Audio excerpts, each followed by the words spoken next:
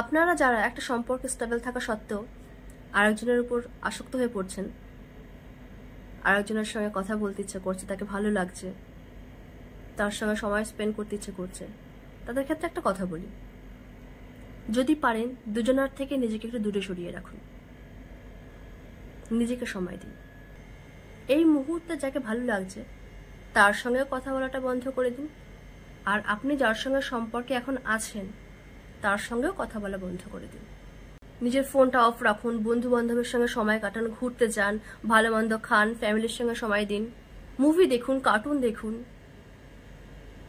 কারণ আপনি দোটানায় পড়েছেন, দু নৌকায় পা পড়েছে আপনার।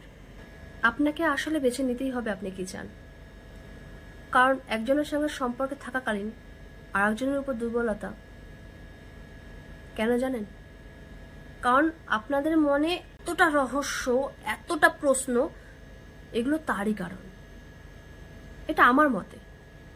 আমরা আসলে নিজেই জানি না আমরা কিভাবে ভালো থাকবো, কার সাথে ভালো থাকবো, কাকে আমরা চাই, কি করলে আমরা ভালো থাকবো। আমরা নিজের ভালো মন্দটা নিজেই বুঝতে পারি না। আমরা নিজেরা এতটা পরিমাণে কনফিউজ থাকি যে কি করব কি না করব আমরা কিছুই বুঝতে পারি না। কাকে সঙ্গে পেলে শান্তি পাবো, কার সঙ্গে আমাদের সুখ আছে আমরা নিজেই বুঝতে পারি না। কিছু এমন রিলেশন আছে যে দুজন দুজনকে পাগলের মতন ভালোবাসে, দুজন দুজনকে শ্রদ্ধা করে, সম্মান করে, ভালোবাসে, সময় অসময় পাশে থাকে, কিন্তু তবুও অন্য একজন যদি আপনার নাম ধরে ডেকে ওঠে আপনি নিজেকে সামলাতে পারেন না, বিভ্রান্ত হয়ে পড়েন। এর কারণটা কি জানেন? এর নির্দিষ্ট কোনো কারণ নেই, এটা একটা আকর্ষণ, মোহ। একটা সম্পর্কে থাকাকালীন আর একটা সম্পর্কের মোহে পড়লে মনে হয় সারাটা দিন তার সঙ্গে কথা বলে কাটিয়ে দিই, তাই তো? হয়তো সে আপনাকে রোজ ফোন করে না, হয়তো 2 দিন বা 3 দিন পর পর ফোন করে, বাট তবুও তার ফোনের আশায় আপনি থাকেন।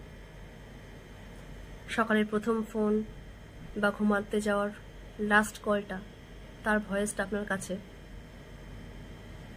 নেশার মতো। আমরা ছোটবেলা থেকে শুনে এসেছি পিপিলিকার পাখা গজে মরিবার তরে, সবাই শুনেছি। বাট তবুও একটা সম্পর্কে থাকাকালীন আর একটা সম্পর্কে জড়িয়ে থাকার মানেই এই পাখা গজানোর মতনই। জানি সামনে দীপশিখা রয়েছে, জ্বলে মরবই, বাট তারপরেও সেই দিকেই নিজেদের পা বাড়িয়ে দেওয়া। একটা নির্দিষ্ট সম্পর্কে থাকাকালীন যদি আর একটা সম্পর্কের দিকে আপনি আসক্ত হন তবে জীবন থেকে সমস্ত কিছু বাদ দিয়ে দিন।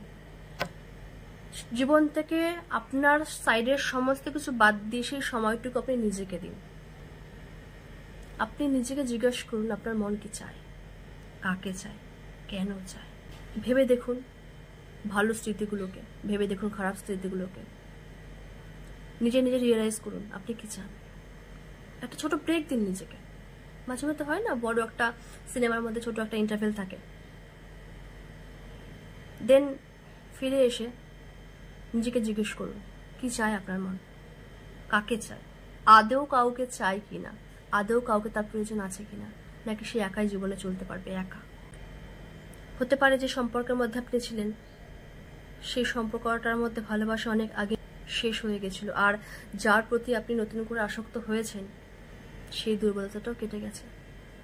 নদীর উল্টো দিকে যদি কখনো বাইতে যান আপনার বেগার খাটনি হবে।